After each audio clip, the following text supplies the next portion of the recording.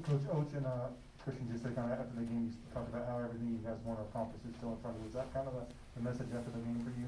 Well, I think the message is why did we get our butts beat like we did?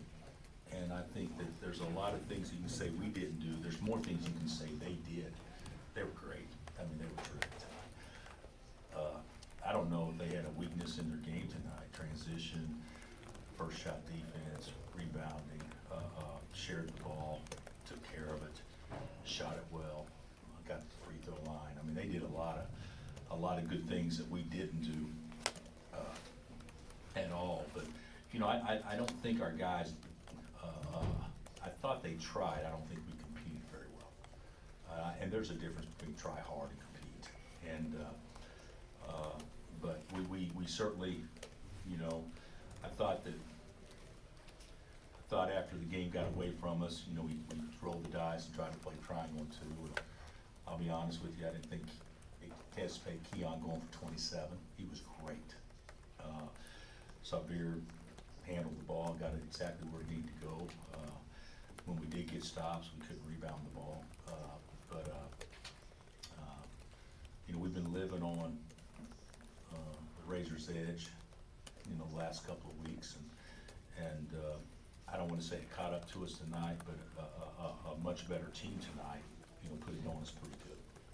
Coach, back here, is this a game we shouldn't take too much in? It's early in the, I mean, it's relatively early in the year. It's in the middle of the conference. It's not a conference game, but it's two blue bloods. It's going to be headlines, but maybe we should take a step back. Well, if you think that this game's going to impact us, our success in having a good year, or their success in having a good year, the only way it will is from momentum. They're going to have more momentum. They're going to be more of an uptick, and we could potentially be on a downtick, so to speak, which could lead to maybe not performing well in games that are more important than this game.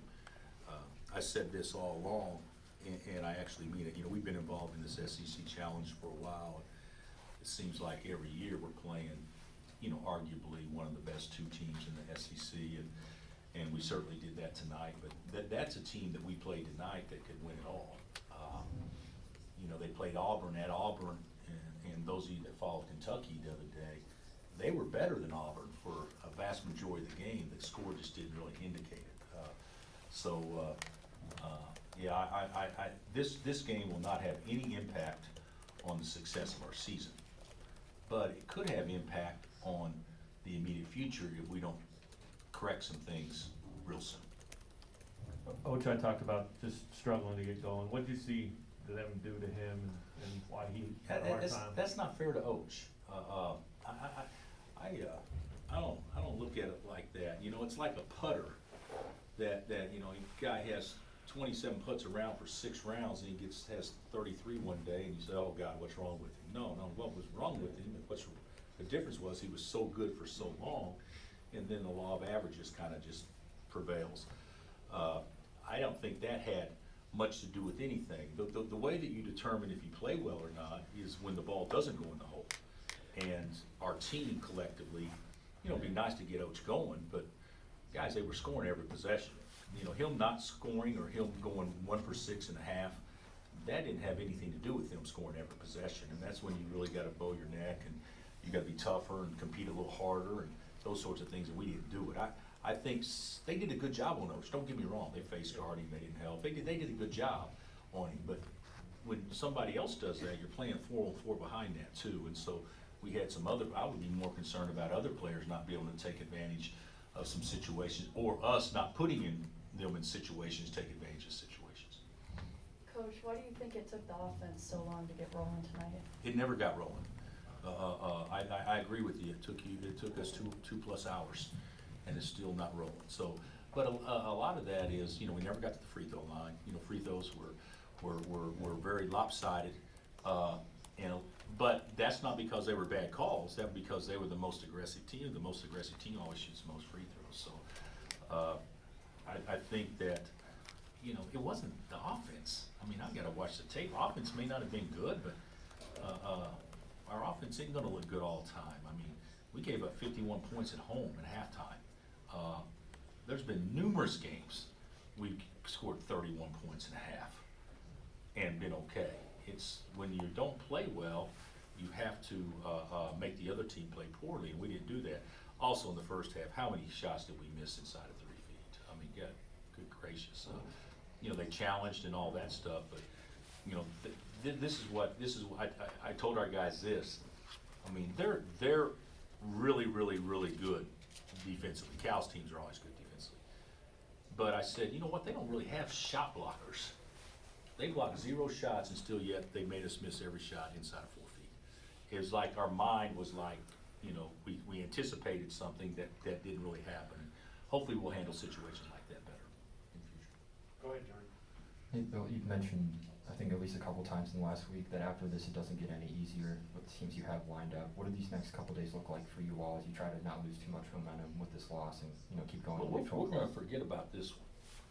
Now, we may show a little bit of tape or something, but I'm not going to dwell on this in a way that to make it out bigger than what it is. I mean, I'm telling you, it's not. In the big scheme of things, now, but from a publicity standpoint, a news cycle standpoint, yeah, it's going to read that way. But we've been through all that before, so we've got to focus on. I told our guys, you know, I'd much rather beat Iowa State than beat Kentucky. Now, granted, we didn't have an opportunity to beat Kentucky. That was a one-sided affair tonight. But that's, you know, if this can somehow make us more hungry or more competitive for that game, you know, that's you never want a loss to go to the point where it didn't teach you a lesson or cause something positive to come from it. And so there's still that opportunity for that to happen. Bill, in the first half when you were in man-to-man defense, what did you kind of see from your guys from a communication awareness standpoint? What were you seeing tonight? Well, I thought that we weren't very good defensively. We guarded totally different than we have all year long because they played 2 bigs. And I didn't want to switch our little guards onto their bigger players, so we guarded differently. I was more disappointed in how we competed for balls. You know, if we competed for balls, our defense wouldn't have been that bad. And I'm not sure it was awful, more so than if you'd have told me Oscar and Keon were going to combine to make 7 shots from 15 feet, I would have said, you know what, we'll live. I mean, take 7 shots from 15, we'll live with that. And they just made us, they beat us the way that we actually thought we may have a chance to have some success. But the biggest thing was on the glass. I didn't think we rebounded the ball at all. And that's hard to do when we don't have a dominant rebounder. You know, we need to really group rebound and gang rebound, and that didn't happen. Can you speak to how the second chance point battle went? You guys lost 17-6 on that one. See, that's what I've been talking about the whole time. Yeah, they rebounded the ball, and we didn't. I don't know how many times we had the ball in our hands, and they come away with points when the ball's in our hands. Hey, Bill, big picture. You talked yesterday about being excited because your team saw a ceiling to go. I guess, what do you think you need to see from your team to hit the ceiling that you think is? Well, we're a there? long ways from our ceiling. I think guys, this isn't being negative. They had real athletes on the court. Their guys got to a certain level, and our guys couldn't quite to get to that level from an athletic standpoint. We don't have anybody, you know, on our team that could do what Keon did on that lob that Severe gave him in the first half, okay? We got one guy that can go upstairs as good as anybody. But after that, we don't have guys like that. And the thing about it is you have to do things to make sure it doesn't become that type of game. And you can do that, but we didn't do a good job of that. Like, you know, one way to do that would be always keep a body on somebody, hitting somebody, not putting them in a position where they have free run, free jump, that kind of stuff. I don't know how many times they got rebounds because we didn't touch them on their way to getting the rebound. And when you make it a jumping contest with those dudes, we're not, you know, with those 4s and 5s, I don't want to say all of them because they're not big at 1, 2, and 3, but they're really athletic at 4 and 5. They're athletic at 1 through 3, but not from a rebounding standpoint. So we didn't do the things we have to do to compete on the glass. And the other thing, Oscar is different, and we've known this all along. He doesn't get 14 rebounds a game or 15 rebounds a game. He really gets about 25 because he keeps balls alive on the ones he doesn't get to let his teammates clean up. He's a much better rebounder than what his stats show. And his stats show he's the best rebounder, hands down, in the country. What are some areas defensively you'd like to see this team improve moving forward? Is just, you know, one-on-one guarding, or? I'll just make it real easy. A plethora. Okay, so there's many things that we can do to get better defensively. Okay, we can start by guarding our man. We can start with that. But that wasn't it as much. You know, that was pay attention to scout report. You know, don't let Xavier get to the left hand on in slot drive. There's a lot of things you can do. You know, how you know, we said we're not trapping the post. We go trap, and then we see a trap's coming. And we got a guy say, I'm guarding 31. He's a great shooter, so we let Oscar have an and one and foul him like this is really going to bother him. That's pretty ridiculous and pretty soft. We got to improve in those type of things. You've coached against Cal plenty of times. All of Kentucky's double-figure scorers were upperclassmen. How different is that from a Calipari team? Well, it's you know,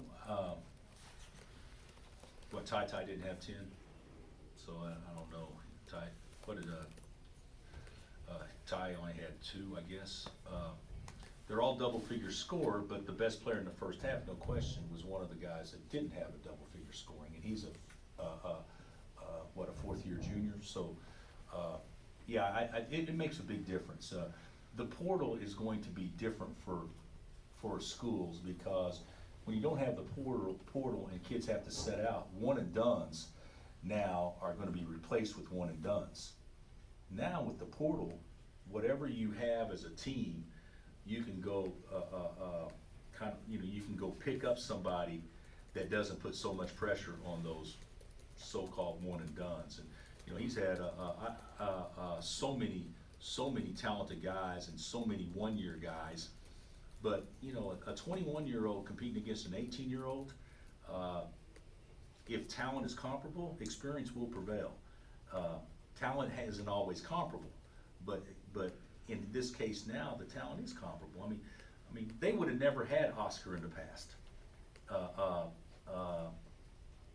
and maybe Xavier, you know, because kids didn't want to sit out. And when you recruit to a school like Kentucky, Duke, or whatever, and you do dip into the portal, automatically you're going to be one of 2 or 3 that those kids would consider going to, especially if they saw immediate possibilities. And in this particular situation, you know, they have. I mean, you got what is it? 3 kids out there in the portal that are all experienced, and then you have Keon that's experienced too. That's different than what he's had. All right, Coach, thank you. All right, guys, thank you.